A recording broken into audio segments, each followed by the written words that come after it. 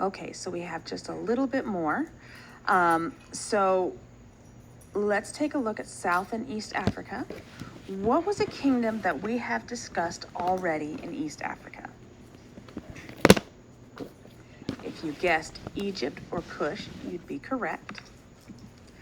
So East Africa is a broad, flat savanna or grassland. So what kind of animals do you think you hear in savannas? Maybe elephants, giraffes. To the east, you have the Indian Ocean and access to the Middle East and India. So you want to keep that in mind, their location, because that's where they're going to have some trade routes. Specifically, they traded in ivory and exotic animals, so animals that you find on the savannah. They sent slaves to Asia, and they also brought in items from Asia. We received foods like yams, bananas, coconut. They were able to find some of the Asian pottery there. Arab traders provided axes, glass, and wheat for cinnamon and ivory.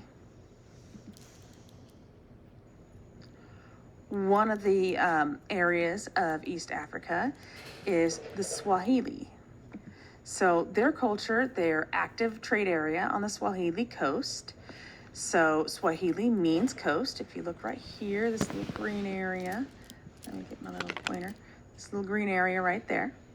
This region was made up of farmers, fishermen, and traders. Over time, they developed their own culture, which was a mixture of African and Arab life. So remember, we've got the spread of Islam coming through, right?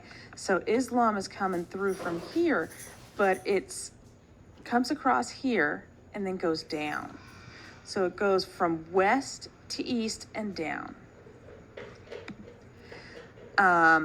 Swahili culture has Arabic words in the Swahili language. They also use the Arabic alphabet for writing. Their clothing changed from animal skin to cloth. This is when they had contact with the Muslim Empire. So as the belief of Islam is coming south, they're bringing all of these things to the Swahili culture.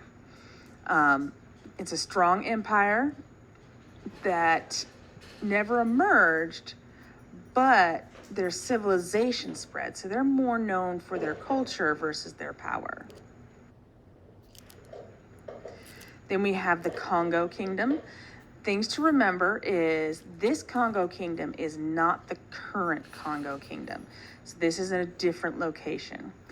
The Congo River is at the heart of this kingdom. It started off as a farming community, so very much like Egypt. They had farming because there was water, and they grew into a large, well-organized government and society.